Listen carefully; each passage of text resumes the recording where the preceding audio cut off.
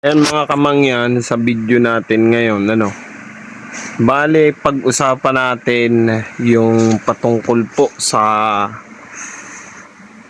mutya na kalimitan, yung ginagawang testingan o pagtitesting o pagsusubok para malaman nila kung original daw yung mutya.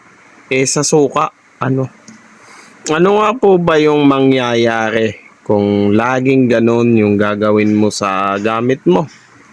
Na lagi mong paglalaruan, ilalagay sa suka, kung yan man po ay mutya sa dayap o sa sampalok o kahit ano pa pong mga mutya na nagre-react sa suka. Matutunghayan po natin ngayon kung ano nga ba yung mangyayari at bakit nga ba siya nagre-react sa suka pag nilalagay, bakit siya gumagalaw, po. Ngayon po ay masasaksihan natin yung mga kamangyan. Marami po salamat. Panoodin na po natin. Yan. Ayan, isang mapagpalang umaga sa lahat. Talakayin po natin kung tama nga ba na tayo ay maglagay ng mutya sa suka. Ayan. Ilalagay ko po ang isang ito. Ayan. Mapapansin nyo, bula siya ng bula.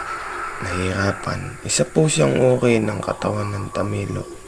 Kung mapapansin nyo, yung paghinga niya ay talagang walang tigil. Ayan. Sa makatwid na nangangahulugan po na nahihirapan ang isang gamit. Kasi po, alam naman natin na ang suka ay may taglay na acid na nakakapagpahuna. Ayan. Nakakapagpalambot. Kung mapapansin nyo po, siya ay patuloy ang pagbula. Hirap na hirap. Ayan.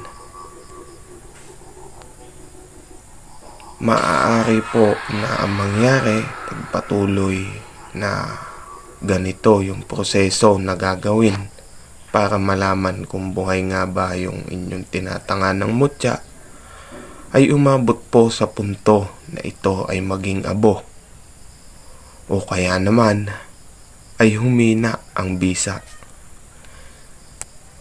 Isa pong mapagpalang hapon sa lahat.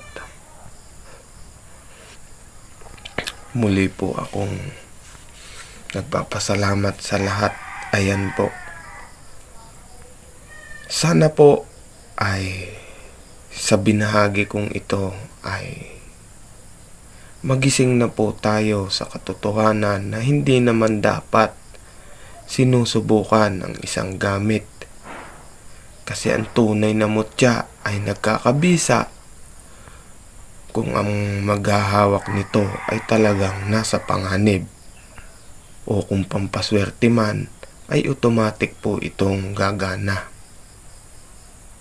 Huwag po natin silang pahirapan sa pamamagitan ng pagbabad sa suka. Maaari po kasi na ang mangyari ay umalis ang gabay o ang pagkasira ng isang mutya o ang pagkaabo. Ayan. Isa pong mapagpalang hapon ulit. Ayan. Sana po ay may natutunan tayo. Muli po, Agimat na Mangyan.